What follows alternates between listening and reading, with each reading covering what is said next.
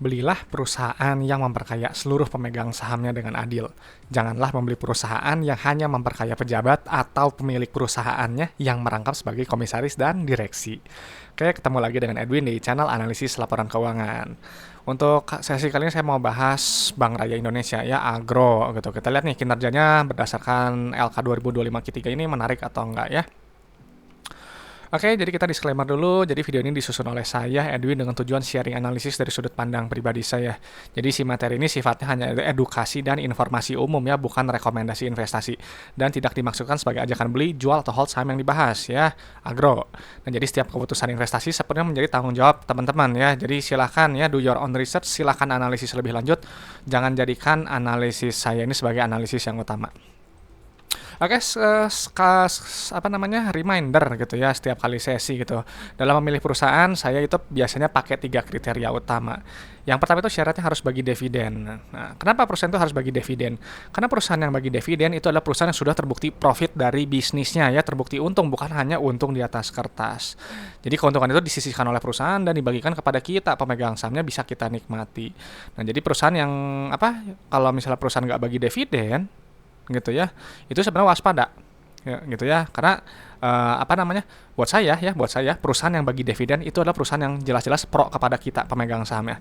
Jadi kalau dia nggak bagi dividen, berarti perusahaan tersebut ya mungkin hanya memperkaya ya pejabat atau biasanya owner perusahaan yang biasanya udah merangkap sebagai komisaris dan direksi gitu ya. Untuk top manajemen tier komisaris dan direksi itu gajinya udah ya minimal mungkin puluhan juta atau ratusan juta per bulannya gitu ya. Jadi tiap bulan udah dapat gaji pasti gitu ya. Jadi kalau mereka mengelolanya asal-asalan, nggak profesional, harganya anjlok gitu ya, kegocap mungkin gitu ya.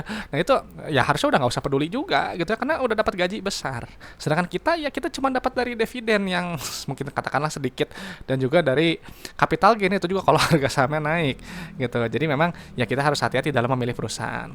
Dan pastinya perusahaan yang bagi dividen itu adalah perusahaan yang punya kondisi bisnisnya sehat gitu. Jadi kalau misalnya dia rugi terus, utangnya terlalu besar, arus kasnya susah, biasanya perusahaan nggak bagi dividen gitu, karena lebih mengutamakan untuk bertahan hidup dulu. Jadi kalau teman-teman udah tahu nih ada perusahaan yang bagi dividen rutin, kondisi bisnisnya sehat, pasti itu teman-teman beli di bawah nilai wajarnya gitu. Jadi jangan beli di harga yang super premium ya, di harga yang terlalu tinggi. Karena kalau misalnya belinya di harga terlalu tinggi ya agak rawan koreksi ya, rawan harganya turun, akhirnya nanti floating loss gitu ya, sayangi modal Anda gitu. Jadi sebelum kita berinvestasi ya kita harus menggunakan akal sehat kita gitu. Jadi jangan FOMO, jangan mudah ikut-ikutan orang gitu, jangan mudah percaya rekomendasi, analis, stock pick, rumor, isu, berita gitu ya, dan juga jangan percaya kepada saya juga gitu. Jadi teman-teman itu harus analisis mandiri ya, analisis lebih lanjut, harus punya alasan yang jelas kenapa beli saham tersebut ya. Nah, jadi memang ya kita harus memegang prinsip-prinsip umum investasi yang umum aja gitu. Yang pertama harus sabar gitu, dan orientasinya jangka panjang. Nggak bisa kita mengharapkan keuntungan itu ya sebulan 3 bulan keuntungannya besar gitu ya. Agak sulit gitu. Dan yang kedua harus fokusnya pada value gitu ya, dan value ini sifatnya subjektif dan relatif. Misal kalau saya pakai PBV, kalau teman-teman mau pakai enterprise value, mau pakai DCF, mau pakai apalah terserah gitu metode valuasinya, sah-sah aja gitu ya, silahkan. Yang penting teman-teman itu harus fokusnya pada value gitu ya. Nah, kenapa saya sampaikan? Karena harga saham itu nanti pada akhirnya akan mencerminkan kinerja perusahaan dalam jangka panjang ya, nggak jangka pendek. Jadi kalau jangka pendek ya perusahaan yang jelek juga harganya digoreng naik kok gitu ya, banyak tinggi gitu, dan banyak kutip investor yang tergiur gitu dengan keuntungan jangka pendek, dia beli gitu ya tanpa melihat gitu dalamnya ini bagus nggak gitu, baik nggak gitu ya. Ketika nanti harganya jatuh gitu ya, kan tadi ya kalau kinerja memang buruk nanti harga yang digoreng juga nanti akan jatuh lagi. Akhirnya banyak yang investor yang nyangkut gitu ya, lalu curhat di medsos gitu ya, sedih, kasihan gitu ya. Jadi jangan sampai kita jadi salah satunya gitu. Nah, jadi memang kita nanti bahas Agro ya, Bank Raya ini dari laporan keuangannya aja ya 2025 Q3, dan ini versi saya ya. Jadi di luar sana pasti ada yang analisis juga, pasti mungkin agak berbeda gitu ya. Jadi silahkan gitu ya, banyak pandangan. Nah, jadi memang laporan keuangan ini analisisnya itu hanya sedikit dari fundamental ya, jadi nggak lengkap gitu ya, nggak lengkap. Jadi harus dilengkapi dengan ya analisis lainnya yang dirasa kurang buat teman-teman. Dan juga pastinya saya sampaikan kalau analisis laporan keuangan itu adalah analisis kinerja masa lalu ya, sampai yang tadi sampai September ini gitu. Nah, jadi memang untuk di channel analisis laporan keuangan ya kita hanya fokusnya di angka-angka aja yang di laporan keuangan gitu ya. Jadi nggak bahas harga sahamnya gitu ya. Jadi harga saham itu relatif lah selera teman-teman gitu ya, apakah murah atau mahal gitu ya. Kalau saya sih memang fokusnya dari pakai PBV. Nah, jadi kenapa buat saya laporan keuangan itu penting? Karena laporan keuangan itu bercerita tentang kondisi perusahaannya ya, bisa kita tahu apakah perusahaannya lagi sehat atau lagi sakit. Jadi nanti akan dipindahkan gitu ya ke Excel seperti ini, dan ini teman-teman udah bisa download gratis ya. Sekarang udah ada versi 3 ya. Jadi teman-teman bisa download ya, linknya ada di deskripsi video, passwordnya ALK Edwin. Oke, langsung aja ke agro gitu ya. Oke. Agro ya 2025 Q3 udah benar ya 2025 Q3. Nah, ini karena ini perbankan, ini jangan lupa ya nih satuan, ini ribuan, ini masih juta. Yang saya cek pertama-tama itu ada Edwin checklist ya gitu ya. Nah, yang pertama itu ya biasanya saya cek dividend payment history-nya. Dan ini udah ada datanya ya, dividend payment history-nya. Terakhir si Agro itu dia bayar dividen itu tahun 2019 ya, maksudnya untuk tahun buku 2018 gitu. Jadi udah lama sekali nih, udah berapa tahun tuh? Hampir 7 tahun. Hampir ya 6 tahun lah, katakan 6 tahun buku gitu ya, nggak bagi dividen. Kenapa nih? Ya, jadi pertanyaan gitu ya. Nah, biasanya buat saya perusahaan yang nggak bagi dividen ya sudah pasti jelas ya, perusahaan yang nggak menarik buat saya gitu. Artinya perusahaan tersebut yang nggak stabil gitu ya, entah rugi melulu, entah susah arus kas gitu ya, entah ya manajemen kasnya nggak bagus, jadi nggak ada nilai tambah yang dihasilkan perusahaan untuk kita pemegang sahamnya. Jadi ya nggak lolos screening saya, buat saya sih nggak menarik ya. Saya biasanya sih langsung close laporan keuangannya, ya cari saham lain. Simpel. Oke, dan ini karena ini perbankan, kita langsung isi kasnya dulu ya. Ingat ya untuk teman-teman yang mungkin baru pertama kali nonton sesi saya ini, kalau bahasa perbankan tapi bingung nih karena di Excel ini dia ini formatnya untuk non bank, nggak apa-apa gitu ya, karena ini versi saya gitu ya. Nah, yang kita cek kita yang pertama adalah kas ya. Nih ini kita pindahin dulu. Kenapa kas ini harus kita lihat gitu ya? Karena kas ini adalah uang yang berada di dalam dompet perusahaan gitu. Jadi kalau teman-teman punya dompet nih ada uang, nah itu dompetnya itu uang di rekening, nah itu semua kasnya itu. Nah, si kas ini punya fungsi untuk bayar operasional sehari-hari, untuk bayar ekspansi usaha, dan juga untuk bayar pinjaman gitu ya, ke bank gitu yang masih ada. Simpelnya seperti itu. Jadi kalau nilainya terlalu sedikit, ini nanti bisa terganggu ya. Kalau nilainya terlalu besar, ya waspada juga. Artinya karena perusahaan memupuk kas terlalu besar. Padahal kelebihan kas itu bisa kita nikmati gitu ya, dengan cara apa? Ya gampang, bayar dividen lebih besar atau lebih sering, atau bayar ekspansi usaha gitu supaya perusahaan makin besar, atau bayar pinjaman supaya beban bunganya makin ringan, atau buyback saham aja simpel ya, supaya EPS-nya naik dan dividen per share kita naik ya, mengurangi jumlah saham beredar dan faktor pembagi yang tadi EPS dan dividen per share-nya gitu, simpel ya. Jadi banyak cara gitu untuk memperkaya pemegang sahamnya gitu. Nah, jadi ini untuk yang periode sekarang ada penurunan kas tara kas ya, ini agak lumayan nih, hampir sepertiga, berarti ada kemungkinannya curiga saya. Ini untuk bagian ini semua kemungkinan negatif semua nih ya, karena ya nanti kita lihat aja ya. Oke, langsung ya kita cek ke bagian ekuitas, langsung pilih saldo laba yang ini. Nah, ini udah jelas nih. Ini kita pindahkan dulu ya. Sebentar, kita pindahin dulu. Nah, kalau misalnya ada tuh cadangan khusus, cadangan umum, ya di jumlah aja gitu ya, nggak usah pusing gitu. Anggap aja itu yang sudah ditentukan penggunaannya. Nah, ini teman-teman bisa lihat di sini ya, ini saldo labanya negatif gitu ya. Artinya perusahaan ini nggak punya saldo laba. Nah, sebenarnya saldo laba itu apa? Saldo laba itu adalah total akumulasi keuntungan yang telah dihasilkan perusahaan dari semenjak perusahaan yang pertama kali berdiri sampai sekarang 2025 Q3. Nah, jadi ini kan negatif nih ya. Kalau dia saldo laba negatif, dia nggak akan bisa bagi dividen gitu ya. Jadi ini bisa dibilang perusahaannya rugi melulu gitu ya. Jadi bisa dibilang Bank Raya Indonesia Agro dari dulu pertama kali berdiri sampai sekarang itu 2025 gitu ya, telah mengakumulasikan total kerugian sebesar ribu juta ya 2,6 triliun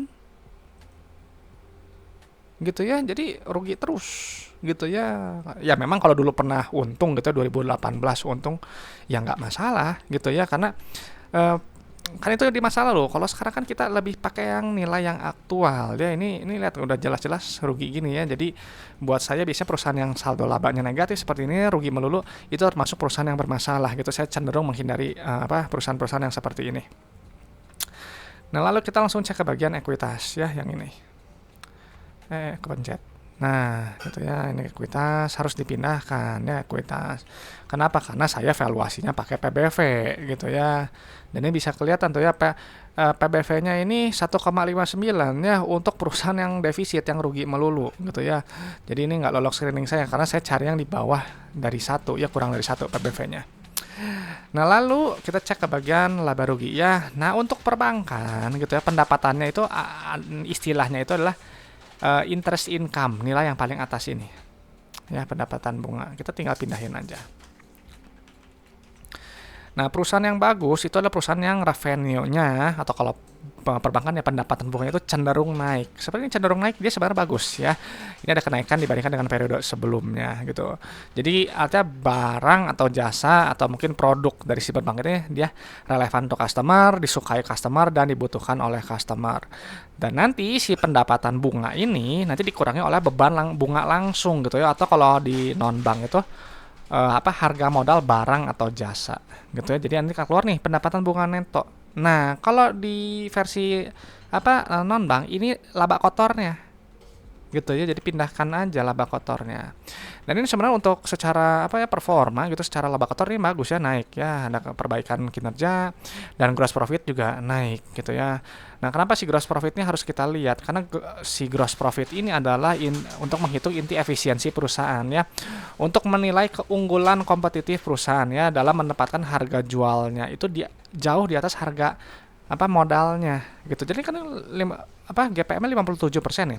Ya, asumsikan jual barang 100.000 gitu ya, dapat bersih kotornya itu 57.000 gitu ya. Jadi 43.000-nya itu harga modal barang atau jasanya. Jadi memang biasanya perusahaan yang bagus itu biasanya yang marginnya besar. Tapi kalau perbankan memang GPM-nya tinggi ya, memang bisnis yang maknyus gitu ya, GPM-nya selalu tinggi.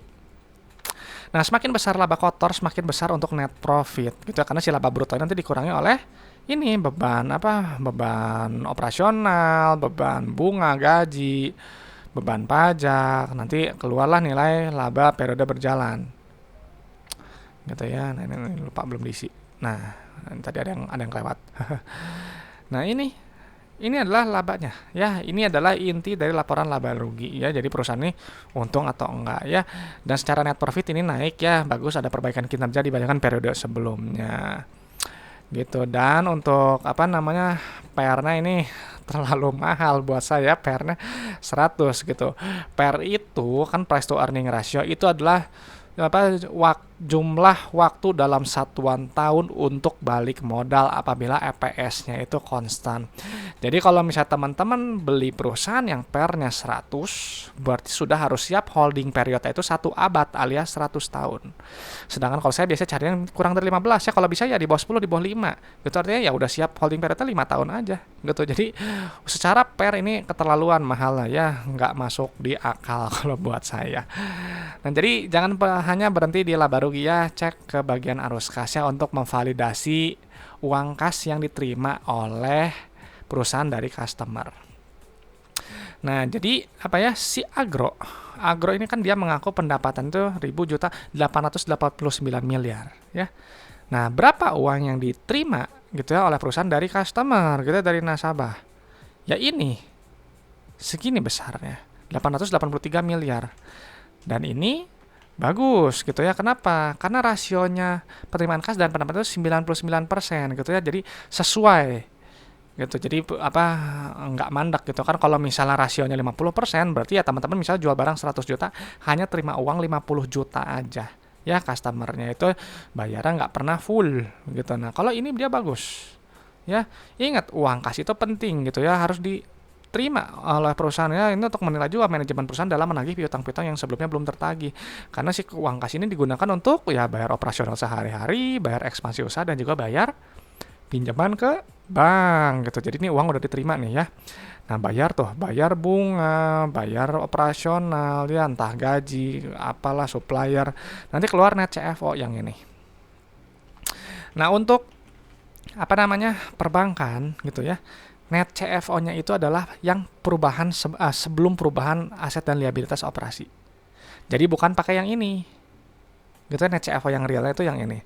Nah, kalau nilai positif, artinya perusahaan itu menghasilkan uang tunai dari bisnisnya. Jadi dia uangnya tuh nggak habis hanya untuk bayar operasional, gitu ya. Cuman memang untuk si agro ini yang periode sekarang ini ada penurunan ya, agak lumayan nih, hampir setengahnya gitu ya. Dan sebelumnya 446 miliar, sekarang cuma 255 miliar.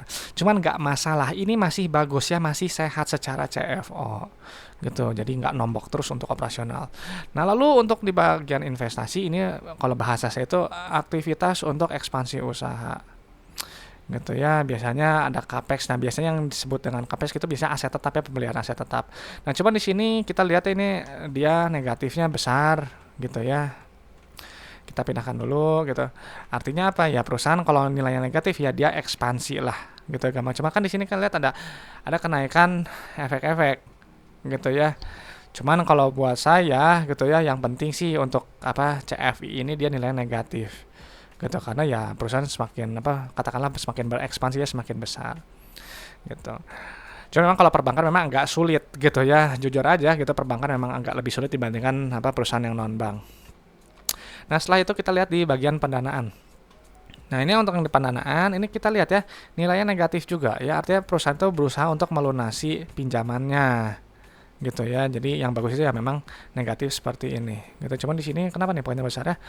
Penurunan efek-efek yang dijual dengan janji apa dibeli kembali gitu ya. Ya buat saya sih masih bagus lah, karena masih nilainya negatif gitu ya. Kalau nilai positif ya bisa dibilang perusahaan itu masih minjam ke bank gitu. Nah, ini kita lihat ya gitu ya. Jadi memang untuk agro gitu, setelah kita pindahkan datanya untuk secara manajemen kasnya, dia sebenarnya secara CFO masih sehat ya. Untuk apa namanya, untuk CFI-nya dia apa negatif gitu ya, CFF-nya negatif juga gitu. Jadi apa namanya, buat saya sih ya masih pola arus kas yang baik ya. Dan meskipun ini ada penurunan kas yang agak besar gitu. Nah, jadi setelah kita pindahkan nih datanya ya si agro, kita lihat.